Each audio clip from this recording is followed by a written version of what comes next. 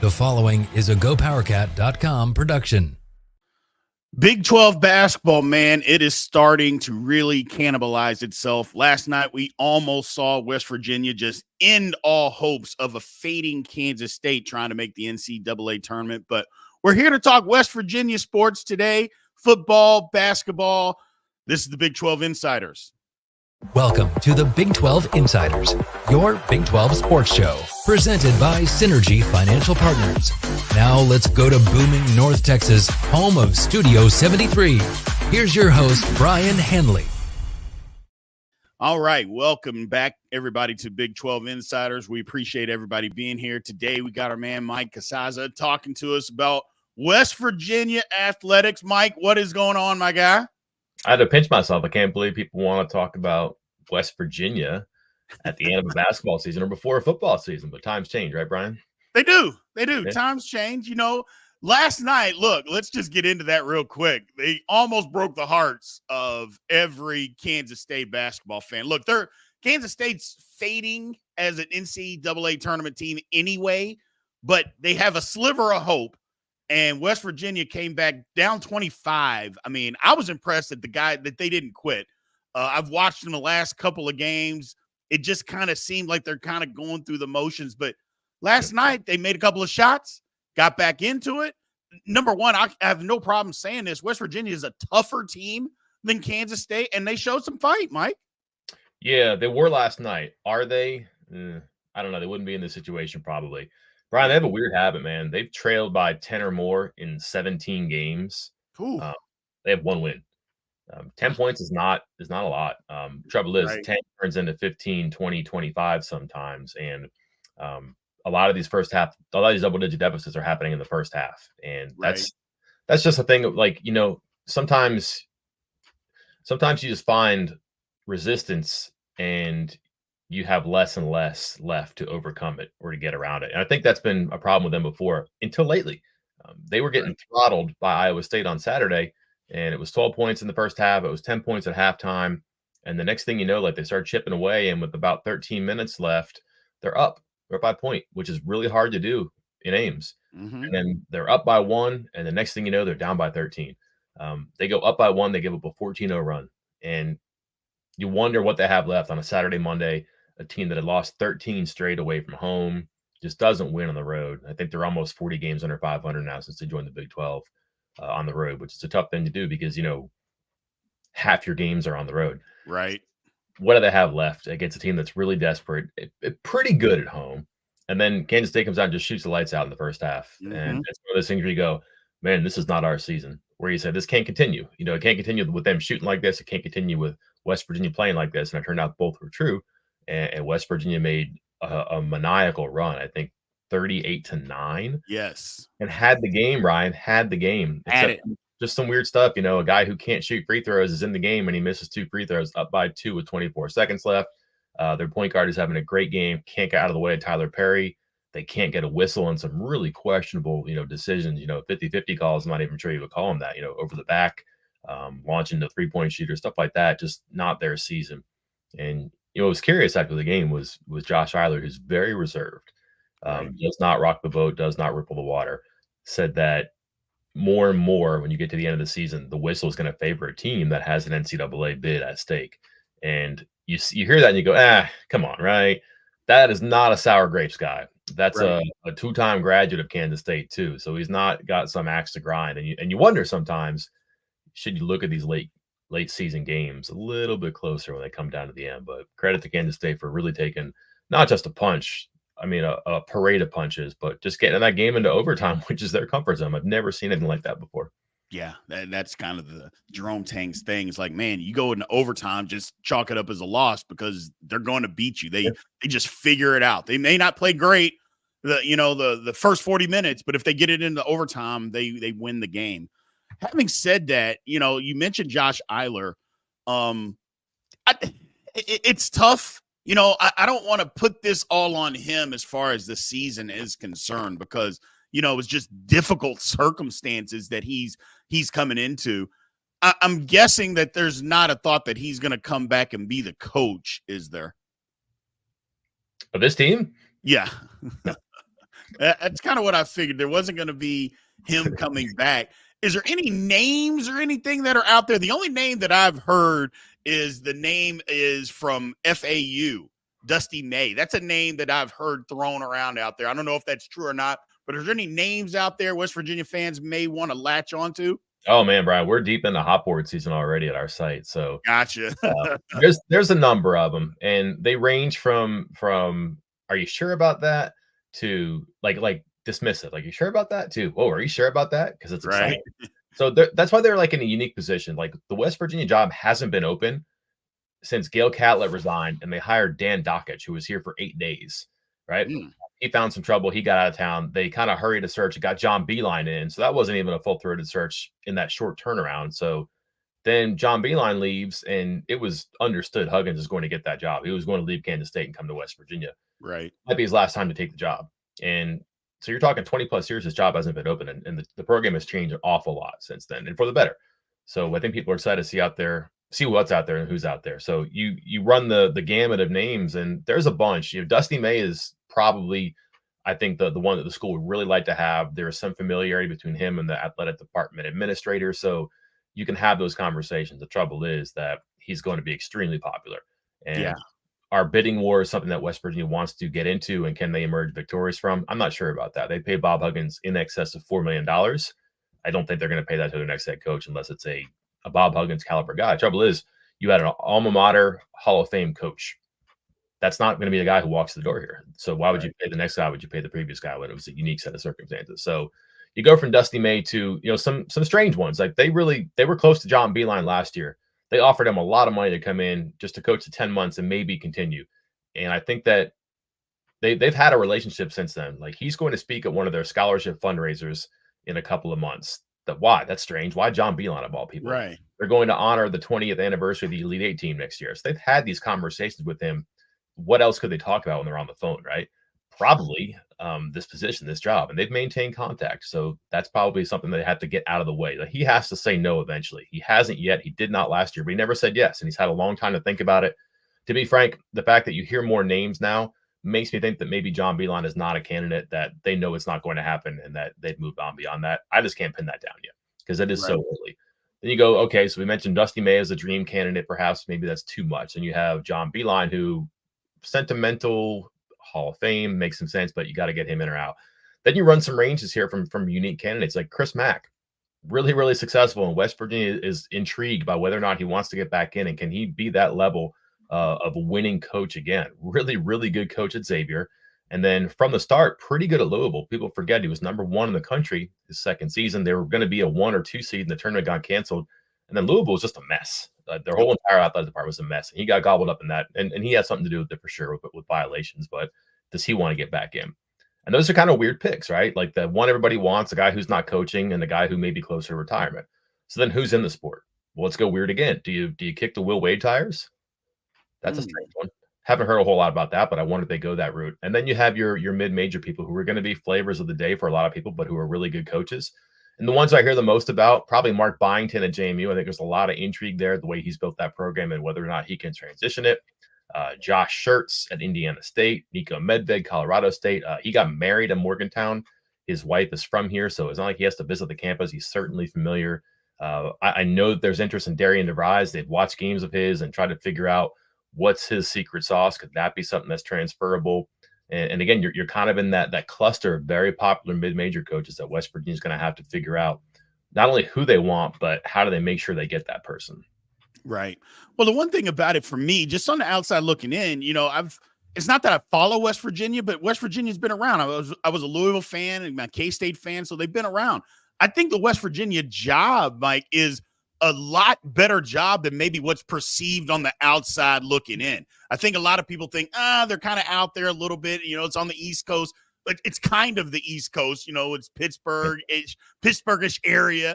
I go, but I just think the West Virginia job is a lot better job. And I don't know that they're going to have to settle for maybe the flavor of the month, the mid-major flavor of the month, because as you know, a lot of times those guys get in and they're in over their head. And West Virginia job is a big job. And do they want to go through that? And then, okay, in 4 years, we got to do this again. Yeah, I think that's why there's interest in a guy like Beeline, right. or at least somebody who's been around before. But he also knows this job, but he would come in and be refreshed because it's different than it was before. And he had some issues. He butted heads here when he was here, 20 some years, almost 20 years ago. Those frustrations are by and large gone now. But then again, could somebody come in with, no offense to Beeline, but a longer runway, who could really grow in this job and be somebody? Have a Bob Huggins who's here for 17 years. That seems unlikely now in college basketball these days. So it's a really interesting time in coaching in general in the hiring process. And I think there's going to be a glut of really good coaches out there. There are no assistant coaches I've heard. No assistant coaches. Not even a guy who was a head coach and got like severed, or isn't coaching right now, but he's on a bench somewhere. I haven't heard that anywhere. So like that makes me think they're looking for leadership here. And even the guy like Josh Schertz, who's only been at Indiana State for a few years now, he was the winningest Division II head coach in the 2010s. Mm-hmm. So that's a lot of time learning how to do the job. And is West Virginia Division II job? Absolutely not. Do you need some ingenuity and creativity to recruit, retain, develop players here? Maybe so. Like if you look at Beeline's offenses and his defense in particular, they ran his offense and they ran a 1-3-1 defense that nobody ever saw. When Huggins was really humming here with highly competitive, nationally relevant, nationally contending teams, they were pressed Virginia. So, he slices the bread a little bit differently. So I think that there's something in there about a guy who knows how to coach, but also who can be someone who, who's made more with less. West Virginia does not have less. Don't get me wrong. Right. Are they Kansas? Nope. Are they Baylor in some situations? Maybe not. So there's levels there, but they certainly can punch above their weight and they can stay there too. Like this team has played for Big 12 titles before. It's never won the regular season championship, but it's been there in contention, and they've had some thin years lately. Toward the end of a Hall of Fame coach's career, I think if you look back, maybe that's not a surprise. In the moment, probably shocking that Bob Huggins couldn't consistently field great teams and develop and cultivate a roster. But if you look back now, you're like, okay, this guy was maybe aging out of the job. Maybe the job was, accelerating and he couldn't keep up. That's probably going to be more and more common across college football, college basketball. And it might have been just in the moment, it was hard to recognize, which makes you go back to the age thing and what you're talking about. Do they want to get somebody who's going to attack us with energy, but who also has experience? And I think so. But the trouble is, Brien, look around. Major conference jobs. How many coaches switch from one major conference job to another? I count them up. I don't have the list in front of me. It's not many. It's really not. You're talking like the Buzz Williamses. I was just going to say Buzz Williams. Jamie Dixon. Right. Yeah. I'm trying to think. Would Mike White count from Florida to Georgia? So it's a thin number of coaches. There are some, but it's not a lot. And the list goes back several years too. So it's like a once in a while kind of a thing. It's not like there's a rash of it happening over and over. So not to settle, but you find a guy who's doing well, who has built maybe more than one program, but who's come in and taken a bad situation and made it better, either quickly or over time. Maybe he's done that in multiple spots, but also has time on his side with experience to go how to do it and how it will work here. Gotcha. Well, we're going to take a quick break here, Mike, from our partners with Synergy Financial. We'll come back on the other side of this and talk a little West Virginia football recruiting and what can we expect coming up in spring ball. So we will be right back. At Synergy Financial Partners, the mission is to change the way Americans plan for their financial future. Synergy doesn't just offer you a financial plan. At Synergy, the goal is to help you find your best financial future. Learn more at synergyfinancial.com.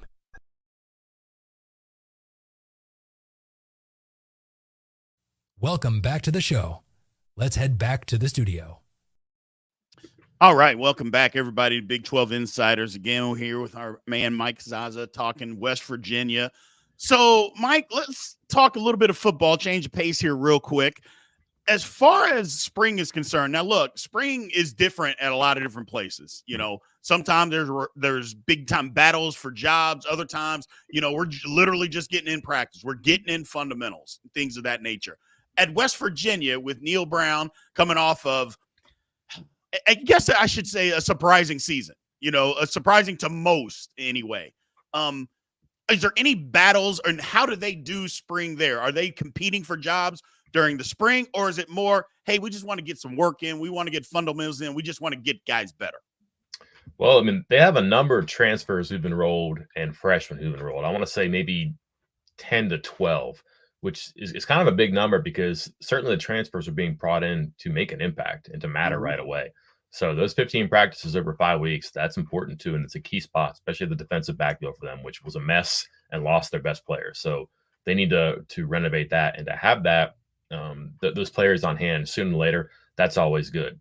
They did not have a very big freshman class last year that got on the field. So some of that is, let's get these guys going. It's time for them to matter. But they also had a number of transfers, a freshman, a small number, running back, receiver in particular, who got going. And that's why they feel really good. But that can't be a one-time thing. And, Right. the best thing about freshmen is they're sophomores, right? They'll be back. So here you are.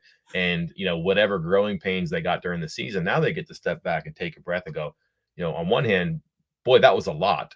And then on the other hand, that was fun. Let's do it again. Let's have fewer obstacles in the way this time. So there certainly is that development / competition in those spots I just mentioned for the young players. Competition, transition for the transfers here.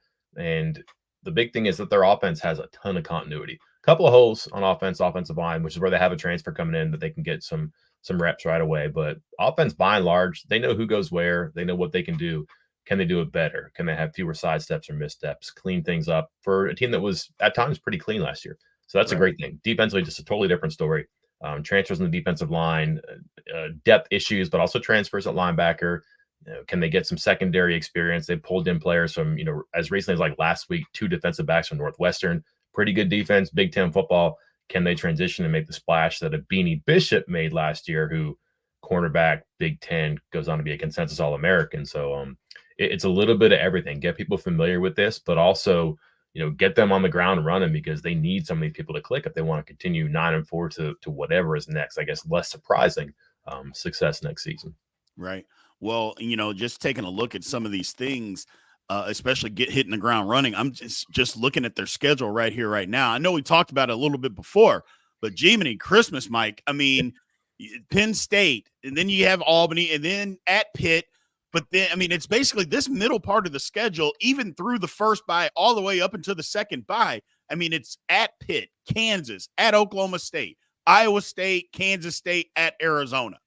I mean, that is brutal. So this spring, I mean, getting guys up to speed now is going to be, being a former player, I get it. It's like, look, we need you to play right now. We need you to absorb as much as you possibly can in the spring, because when we get to, training camp, summer workouts, all that kind of stuff, we're going to need you to know exactly what's going on right now, because look at this schedule. So I just look at it, I'm like, man, that is tough. Yeah. They play everybody this year, right? Yeah. Last year, they didn't play the top teams in the conference. Right. And that was a great benefit to them winning 9 games. And some of the teams that they played had quarterback issues. They 2 teams, Brien, played the 4 newcomers in the Big 12, West Virginia and Oklahoma State. West Virginia cleaned up. Should have been 4-0, went 3-1, lost on a Hail Mary, but got 3 wins against BYU, Central Florida, and Cincinnati. Pretty one-sided games, every one of them, too. Central Florida was a little bit closer, but still multiple scores, I believe that game ended up being. Because those teams, it's hard to transition. I mean, I think I've said this before. Like, I covered a loaded West Virginia team that scored 10 touchdowns against Clemson in the Orange Bowl, and then started 5-0 the next year and just fell flat in their face in their first year in the Big 12. Ended up 7-6 because it was hard. Like, the depth and the quantity of quality players you have to have. And, like, anecdotally, I always mention this. I was surprised in my first go around in the Big 12, maybe first 2 years, the number of backup defensive linemen that were very good players and ultimately pros. There was never backup defensive lines at West Virginia. They played 5 or 6 guys, right? You're seeing Texas rolling in like hockey line changes, and it wasn't just Texas. TCU, a new team, had better depth, and that's why they were quicker to succeed, I think, in the Big 12. They had high-end talent, don't get me wrong, but their defensive depth, Gary Patterson, Dick Bumpus, guys like that, no rookies to the game, helped out a lot. So they have a big bite early for sure, but it's continuous from front to back. Like, they're not going to miss the top teams in the conference this year. Like, they didn't play Texas and Iowa State and Kansas State last year. I think if you look at your projections for the top, I don't know, let's say top third of the conference next year, they get all those teams and a couple around the road. And, you can look at things like rest advantages and who they play the week before. Some of these teams have more rest. I think West Virginia's final 3 opponents, or 3 of the final 4 opponents, are off the week before West Virginia plays them. That's not good. It's harder this year for sure. And that beginning is intimidating. Pitt might not be any good. But that's going to be a ferocious game, but it goes to the end of the season too, for sure. Gotcha. So, and last question before I get you out of here, Mike. Okay. Neil Brown, there was tons of heat on it. I mean, everybody knew about that last year. Comes off, wins 9 games, super impressive. Regardless of whether they played some of the top teams in the conference or not, you still got to win. And they were able to go out there and they win. Is the heat backed off a little bit on him, or is it still, yeah, you had a good year, but you know what? We still need to see more. Well, it's more processes, I think, too. Win totals are important, absolutely, too. But what was most curious about last year was that it seemed on the outside he was doing what you would not do. Not to say what you should not do, what you would not do. So the year before, when they struggled 2 years ago, in 21, they struggled offensively. They went out to hire Graham Harrell to coordinate the offense. It didn't work. They pulled the plug on that before that 22 season was over. He moves to Purdue. They go out, they try to hire an offensive coordinator. It doesn't really work. They promote the running backs coach. They hire an assistant tight ends coach from the receivers coach from the Steelers to coach tight ends. They get a Division 1A, 1AA FCS, I guess you would call it. 1 year coach. He comes in, he coaches receivers. That doesn't look good. And then, most auspicious, I guess, was Brown restores himself as the offensive coordinator, the play caller, basically. And you're thinking, all right, this didn't work. Why are they going back to it? And Brown said, I'm a head coach because I was a really good play caller. So I'm going to call the plays again. And that's also bunker mentality too, where if you're going to go out, you're going to go out trusting yourself. Who knows Brown better than Brown? Sure. And the bigger roll of the dice is on defense, which was pretty bad in 2022. They made no changes to the defense. And Brown said, I know these guys, they're better than this. We'll get better. And they were better. Were they good? Probably not, right? But better. Right. And sometimes the difference in some games too, whether it was timely or from front to back, but sometimes the difference in some games. So one reason that West Virginia really wanted to work for Neil Brown and was hesitant to make change was that they believed in his infrastructure and the processes and the planning he had, and just thought it needs time to breathe and to mature and then to succeed. So he did not get canned when the new AD came in at the end of the 22 season. The AD said, I'm committed to a thorough evaluation. Let's see what happens. And he was going to watch these processes and these plans that I'm talking about. And they by and large worked. Well, now that can't be a fluke. So listen, if they go 8-4, that's still a pretty good season for West Virginia football history here, right? So it's not what people want. I think people expect Big 12 championship, but hey, if they go 8-4, I'm not sure you fire Neil Brown for that. But more important, if they go 8-4 and these processes, overhauling their scouting department and their transfer acquisition process, worked good last year. If it works again this year, that's another notch for Neil Brown. So yeah, win totals are important, I think, but how they work to get to those wins, what they've done in the offseason, whether or not it works, I think those are more important metrics. But yeah, if they don't work, absolutely, Brian, then what happened last year? Was it the schedule? Was it other teams having quarterback issues? You can qualify things so different over time. And I think if they don't do well this year, then what do those processes really matter, and what you actually achieve in 2023? Right. Well, one of the things is, if they go 8-4, like we talked about before, looking at that schedule, if they make it and can get out of there with the 8-4 record, then they've got things going in the right direction, Mike. I believe that wholeheartedly. Well, I appreciate you taking the time today, man. Thank you for joining us. We will have you back again, as always. We're going to take one quick break before we wrap up here, and we'll be right back. At Synergy Financial Partners, the vision is to build the world's largest consumer financial education and empowerment company. Synergy doesn't just offer you a financial plan. At Synergy, the goal is to help you find your best financial future. Learn more at synergyfinancial.com. Welcome back to the show. Let's head back to the studio. All right, welcome back to Big 12 Insiders. Look, it is tough to win any Big 12 basketball game. West Virginia hasn't had a good year, but you know what? They fought. They came to Kansas State last night, and they absolutely fought. Didn't give up when they could have. You're down 25 points. You won 9 games on the season. Season, for all intents and purposes, is over. But they came in and they fought. Kansas State can take a lesson from that. Look, they're still alive. They still have an opportunity to make it to the tournament. They got to win some more games here coming down the stretch. Good talking to Mike about West Virginia, though. Look, last year, as far as their football team, everybody under the sun thought Neil Brown was going to get fired. They thought he was going to get fired at the end of last year, but it didn't happen, and then they won. I love Mike's interpretation and what he said about evaluating the whole program, and then is this going to be a fluke? Because he put in certain things in place and said, look, And I applaud Neil Brown. It's going to be my way or I'm getting fired. And it worked. And if it works again, good for him. I'll say this. I know West Virginia is not a blue blood, but I have no problem saying that the Big 12 and college football is better when West Virginia is good. Just my 2 cents on the matter. So I appreciate everybody joining the Big 12 Insiders. Again, remember to come subscribe, like, comment, all that good stuff. Really helps us out with the algorithm. Tell a friend about us. We'll be back tomorrow to do it better. This has been a GoPowercat.com and Spirit Street production. Please support this show by subscribing to this YouTube